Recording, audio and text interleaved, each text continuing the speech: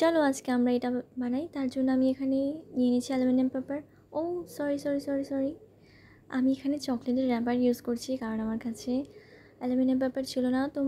তোমাদের থাকলে তোমরা অ্যালুমিনিয়াম পেপার ইউজ করো, আর না হলে আমার মতো চকলেটের র্যাপার দিয়ে কাজ সারাও। এবার এটাকে আমি আগে শেপটা দিয়ে নিচ্ছি, তার উপর আমি ক্লে অ্যাপ্লাই করব। তাই আগে থেকে এটাকে রেডি করে রাখছি। এই শেপটা দেওয়ার পর আমি এবার মাথার সাইজটাও করে রেখেছি। এবার এটার উপর আমি মল্ডেড ক্লে ইউজ করব, তাই মল্ডেড ক্লে নিয়ে নিয়েছি। এবার এগুলোকে ভালো করে মিক্স করে নেব। এই মিক্স করা ক্লেগুলোকে এবার আস্তে আস্তে করে এটার উপর অ্যাপ্লাই করব। যতক্ষণ পর্যন্ত এটা ভালোভাবে না মিশছে ততক্ষণ তোমরা অ্যাপ্লাই করতে থাকো, আর আঙুলের সাহায্যে এগুলোকে আস্তে আস্তে করে মিশিয়ে নাও। আর যদি তোমাদের এটাতে মিশাতে সমস্যা হয় তাহলে তোমরা একটু ওয়াটার ইউজ করবে। ওয়াটার ইউজ করলে এটা সহজেই মিশে যায়।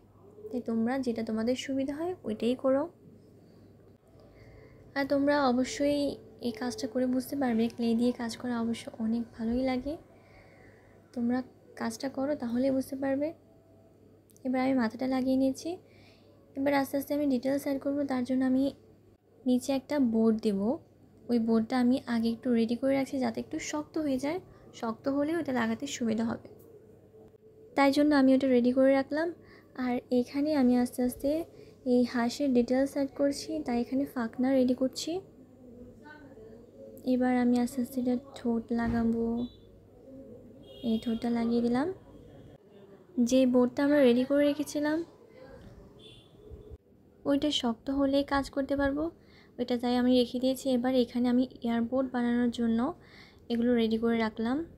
এবার আস্তে আস্তে আমি এটার এই হাঁসগুলোর দেখো পায়ের সাইজটা তো এভাবে দেয় না, কিন্তু এটা সুবিধার জন্য আমি এভাবে দিচ্ছি।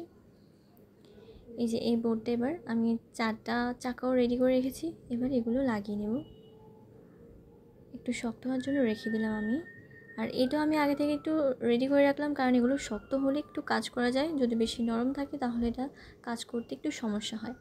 তাই জন্য এগুলোকে আমি আগে থেকে রেডি করে রাখলাম। এবার আমি বোর্ডটাও লাগিয়ে নিলাম। একটু শুকানোর পরে আমি এখানে অ্যাক্রিলিক হোয়াইট কালার ইউজ করছি।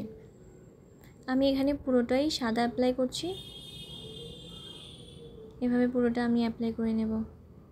তারপর এটা একটু শুকানোর জন্য রেখে দেব। আর হ্যাঁ, তোমরা যদি চ্যানেলে নতুন হয়ে থাকো তাহলে অবশ্যই সাবস্ক্রাইব করবে। ভিডিওটি ভালো লাগলে অবশ্যই লাইক করবে, কমেন্টে জানাবে কেমন হয়েছে। এবার এখানে আমি হালকা পিঙ্ক কালার লাগাচ্ছি। এটা আমি এয়ারপড আর ওই যে বোর্ডটায় লাগাবো, এটাই লাগাবো এই কালারটা। আস্তে আস্তে পুরোটা কমপ্লিট করছি।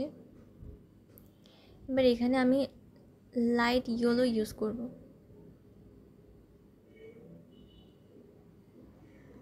যখন তুমি পুরো কালারটা করা শেষ হয়ে যাবে তখন দেখবে এটা লুক অনেক সুন্দর হয়েছে। এটাতে কাজ করতে যেন অনেক ভালোই লাগছে। আস্তে আস্তে এবার এই বোর্ডটাও আমি কালার করে নিয়েছি।